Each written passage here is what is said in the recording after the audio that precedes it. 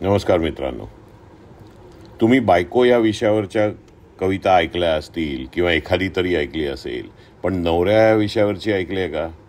तर आज त्याच नवरा या विषय घेऊन एक तुम्हाला कविता ऐकवतो. नवरा म्हणजे समुद्राचा भरभक्कम काठ. नवरा म्हणजे समुद्राचा भरभक्कम काठ.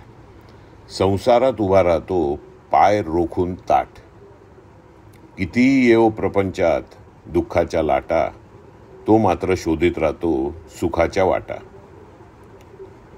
सर्वांच्या कल्याणाकरता पोटतिडकीने बोलत राहतो. न पेलणारं ओझं सुद्धा डोक्यावर घेऊन चालत राहतो. कधी कधी बायकोलाही त्याचं दुःख कळत नसतं. आतल्या आत त्याचं मन मशालीसारखं जळत असतं. नवरा आपल्या दुःखाचं कधीच प्रदर्शन मांडत नाही. खूप काही बोलावंसं वाटतं, पण कुणाला सांगत नाही.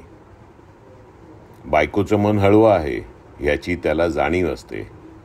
दुःख समजून न घेण्याची अनेक बायकात उणीव असते. सारं काही कळत असून नवऱ्याला अपमान गिळावे लागतात.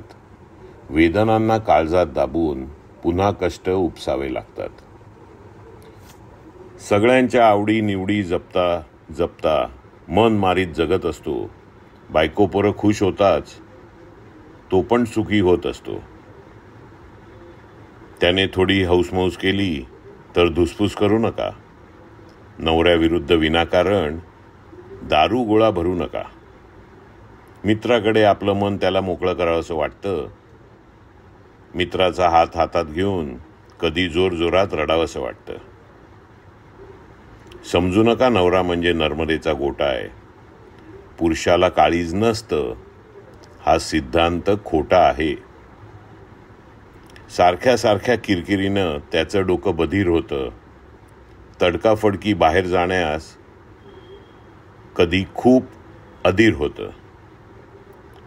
घरी जायचं असं म्हणताच पोटात गोळा येतो.